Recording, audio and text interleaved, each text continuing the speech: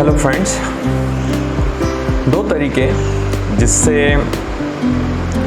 आप कभी हार नहीं पाएंगे या every time you will become successful.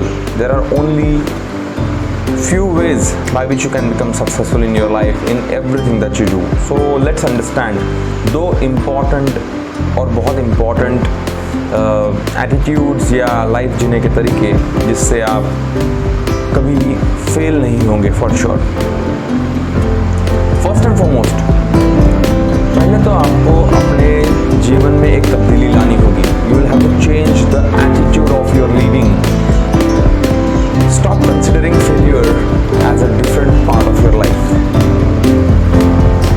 Failure कोई अलग चीज़ नहीं है फ्रेंड्स. Failure ये सक्सेस का ही एक पार्ट है और सक्सेस और फेल्यूर दोनों मिलके लाइफ का एक पार्ट है.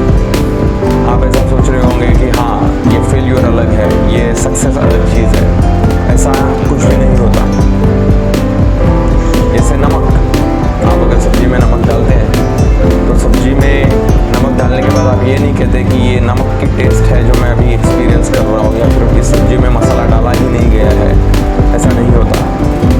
सब्जी को अगर लाइफ की डेफिनेशन दे तो सब्जी में मसाला है, सब्जी में नमक है, सब्जी में सब्जियाँ हैं, एवरीथिंग इज देयर, वाटर है, culture. So look at life in a holistic way and you will understand that success and failure everything gives you the flavour of life. Success भी एक अच्छी चीज़ है और फेल्यूर आए तो भी failure is just the part of success. यही आपको एटीट्यूड लाना पड़ेगा. लाइफ को एक होलिस्टिक तरीके से, लाइफ को थोड़ा डिस्टेंस करके आपको लाइफ देखनी होगी. अगर फेल्यूर है तो ये भी जान लीजिए success is just round the corner. और अगर सक्सेस है आया जस्ट बाय लक तो ये भी अंडरस्टैंडिंग ज़रूरी है that failure can happen any time.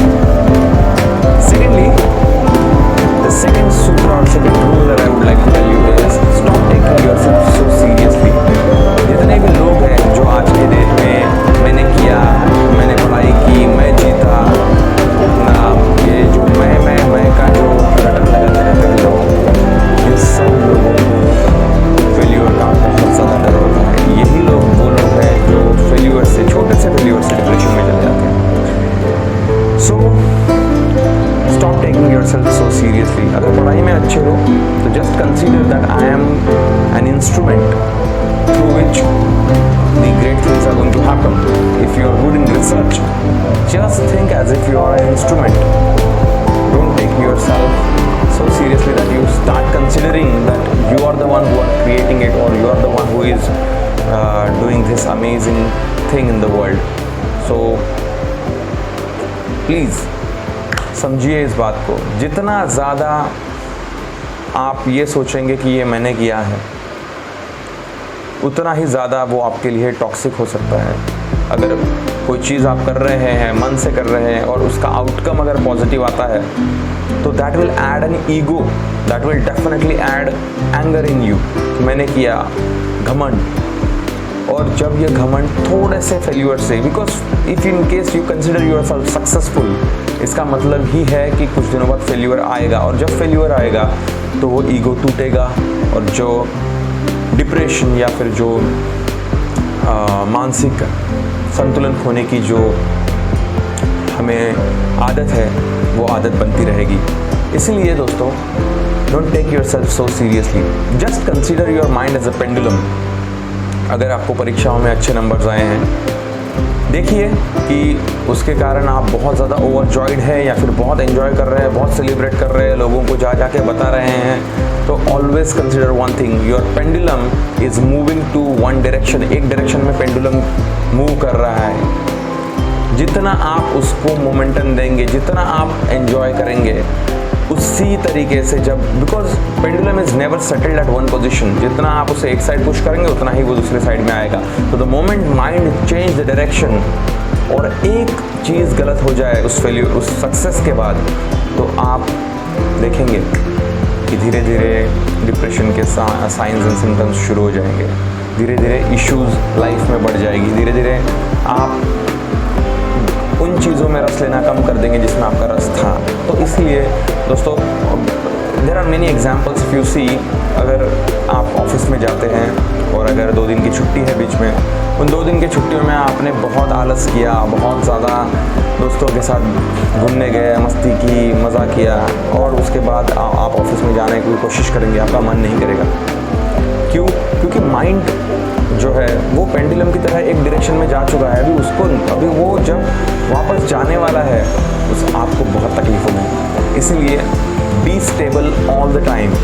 कोई हर्ष करने की ज़रूरत नहीं है, कोई सक्सेसफुल होने के बाद कोई विक्ट्री सेलिब्रेट करने की ज़रूरत नहीं है दोस्तों, because it is just like we are an instrument here, things are happening because we are there. भगवान श्री कृष्ण ने वैसे भी भगवद गीता में कहा था कि you are just an instrument, I have already killed all this people here, so be there और मेरे काम में मुझे मदद कर, मुझे धर्म की संस्थापना करनी है। तो अर्जुन की तरह अगर सोचें तो स्थित प्रज्ञ होके शांति से अपना काम करें तो हम शायद बहुत अच्छी चीज़ें बहुत सालों तक कर पाएंगे।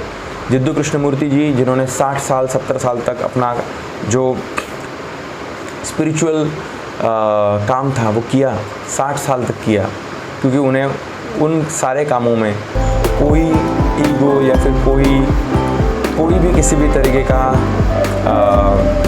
मैं जागरूक नहीं हो रहा था उनका। वो 60 साल तक कर पाए। उन्होंने बोला भी कि कितने लोग मेरी टीचिंग समझ पाएंगे, कितने लोग मुझे समझ पाएंगे, मुझे पता नहीं, बट ये जो काम था उसमें ही मुझे करने में मज़ा आ रहा था, तो मैंने वो किया और मैं करता रहा सतत, क्योंकि मैंने इन सारी चीज़ों को, जो सक्सेस स्टोरीज़ हैं, जो भी अकोलेट्स हैं, जो भी क्रेडिट मुझे मिल रहा था, वो कभी मेरा समझा ही नहीं। इसलिए मैं 60-70 साल तक करता रहा। आप किसी भी सक्सेसफुल आदमी को देखिए, वो लॉन्ग टर्म तक, बहुत समय तक जो काम करता है वो करते ही रहता है, क्योंकि उसके दिमाग में कभी भी वो जो कर रहा है उसका क्रेडिट लेने की इच्छा होती ही नहीं, और अगर होती है तो फॉर श्योर वो ज़्यादा देर तक ये काम नहीं कर पाएगा।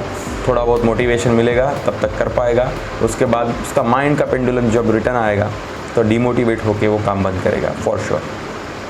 सो दोस्तों, ये 2 टिप्स आपके शायद काम में आए और आप मोटिवेटेड रहें, यही प्रार्थना करता हूँ।